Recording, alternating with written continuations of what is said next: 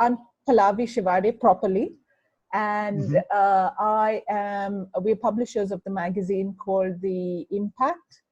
And I wanted to talk to you a little bit more about your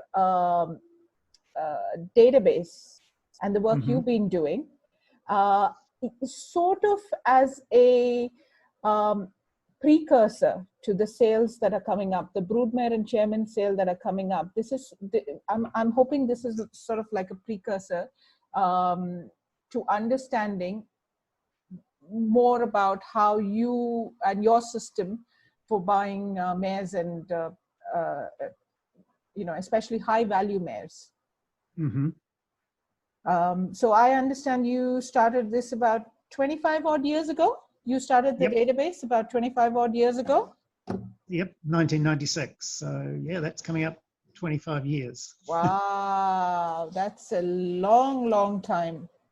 Yes. You would have been a young girl then, I would have thought.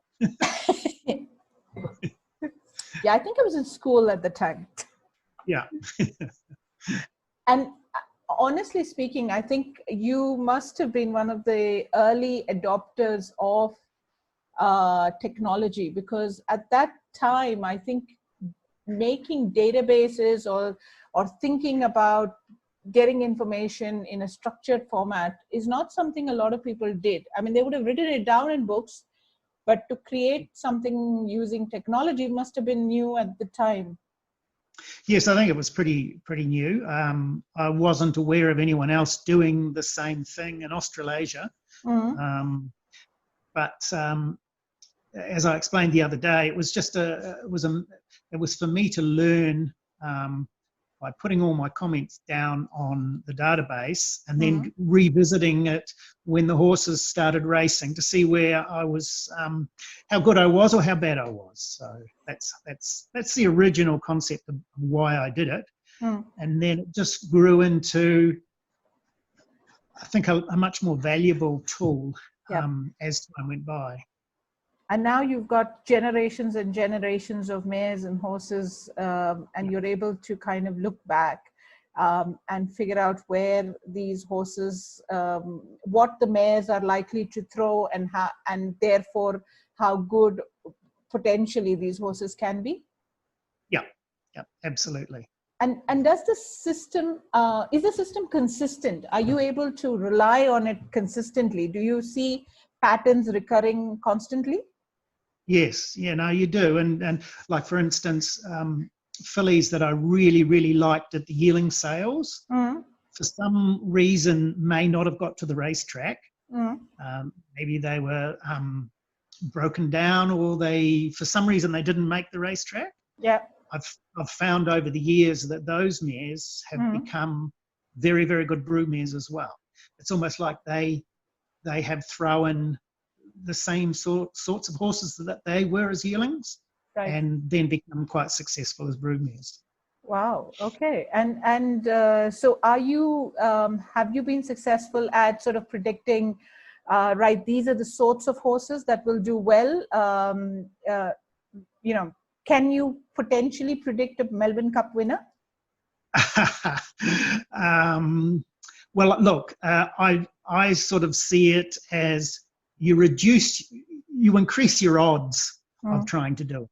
Still very, very difficult, but like I said the other day, knowledge is power. If you can surround yourself with as much knowledge as you can, your risks are less high than not doing all that. And hopefully you get a Melbourne Cup winner. Yeah.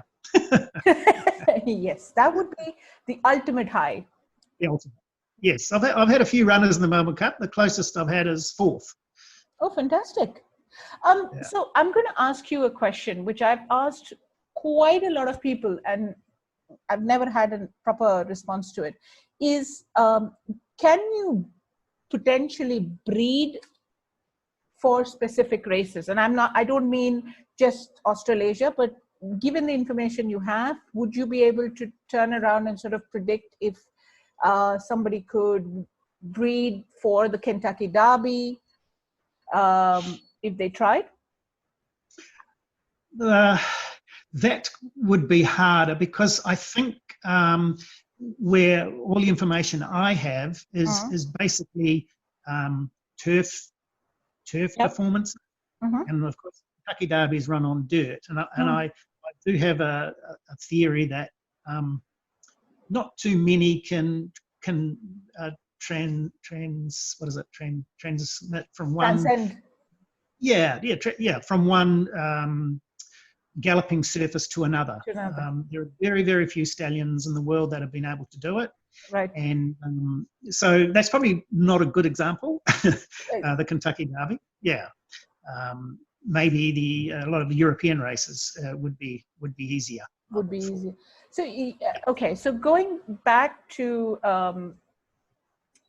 let's take any one of the top European races, and you had, say, 3 or 4 generations down the line. Would you be able to sort of try and predict if we took a specific mare and her line down a specific route, eventually you'd end up with horses that could potentially win? And I'm not saying they'll win, but oh, absolutely. Targeted.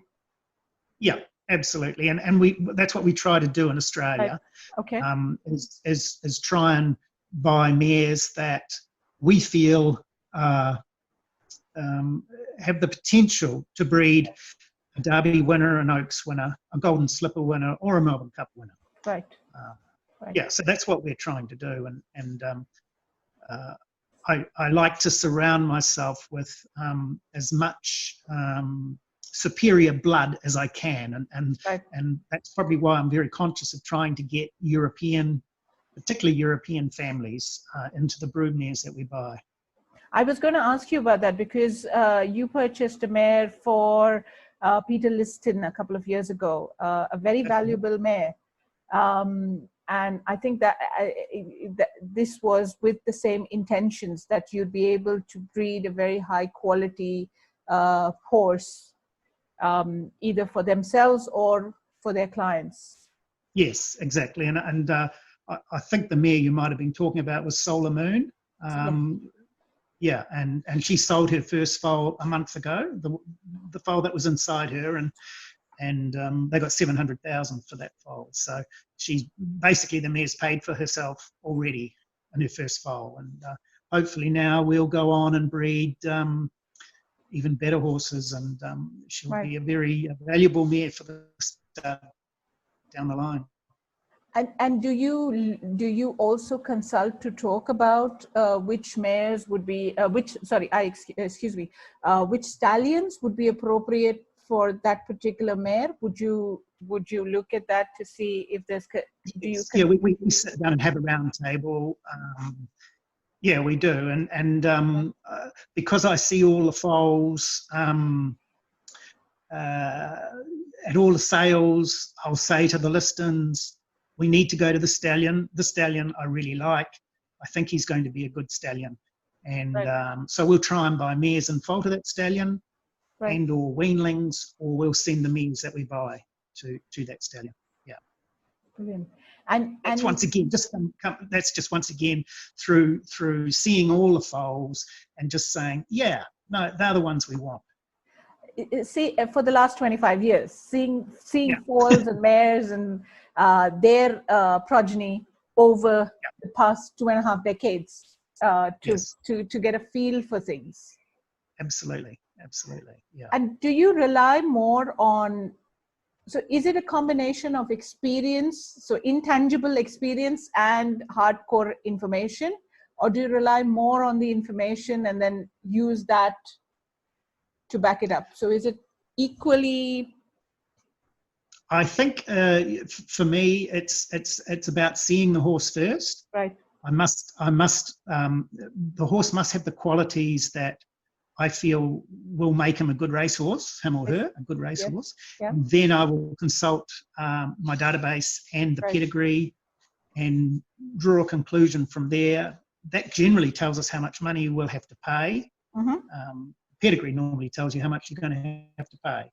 And if you really like the horse and really like the pedigree, then you can probably have a good crack at trying to buy it. Yeah, and that therein lies all the problems. Yes, yes. Sometimes, well, many times people have got more money than we have, so we don't buy them. Yeah. Yeah, fair enough. I mean, at least you know where the limits are, and you don't cross those limits, which is Yes, understandable. yeah, that's right.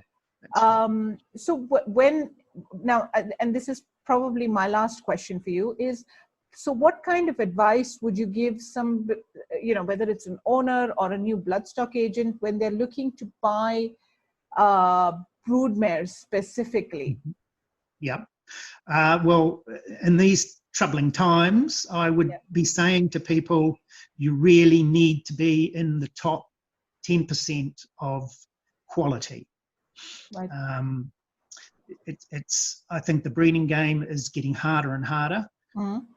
So I would be saying to a new person in the game, you're better to buy one mare than 3 mares of lesser quality. You're better to buy one mare of very good quality, because it doesn't really matter what sex the foal is that you get, because fillies will still have a certain amount of value, whereas if you buy lesser mares, the fillies can sometimes be worthless.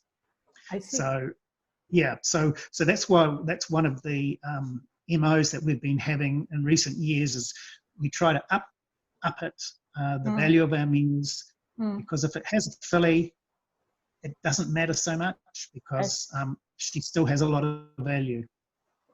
So there's a lot of residual value that you would get out of buying a filly because in that top 10%. Whereas if you go below that, then perhaps the residual value could be zero. Absolutely, could very easily be zero. And like last year at the chairman's sale, we bought 5 mares for boutique. Yep. And 4 of them had fillies. Luckily, they were all very nice fillies, and I would still predict that they will actually come out on top by the time the whole wash up happens. I still think they'll make money, even though they were fillies. So, and you've still got the mares to hopefully breed you better horses down the line as well. Fantastic. Thank you very much. It was a pleasure talking to you. Okay.